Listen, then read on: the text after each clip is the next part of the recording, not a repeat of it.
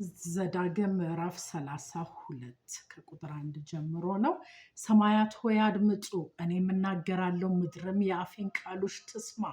ትዕምርቴ እንደ ዝናብ ትፈሳለች፣ ነገሬ እንደ ጠል ትንጠባጠባለች። በልምላሜ ላይ እንደ ጤዛ፣ በሳርም ላይ እንደ ካፊያ የእግዚአብሔርን ስም እጠራለሁና። ለአምላካችን ታላቅነትን ስጡ፣ እርሱ አምላክ ነው፣ ስራውንም ፍጹም ነው፣ መንገዱም ሁሉ የቀና ነው። የታመነ አምላክ፣ ክፋትም የሌለበት፣ እርሱም እውነተኛና ቅን ነው።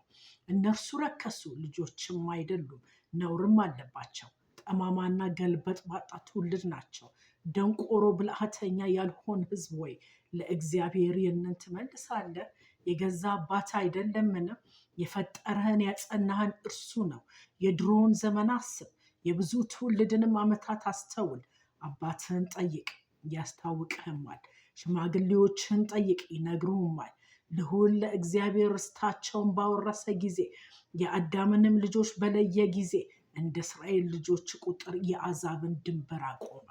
የእግዚአብሔር እድል ፈንታ ሕዝቡ ነው፣ ያዕቆብም የርስቱ ገመድ ነው።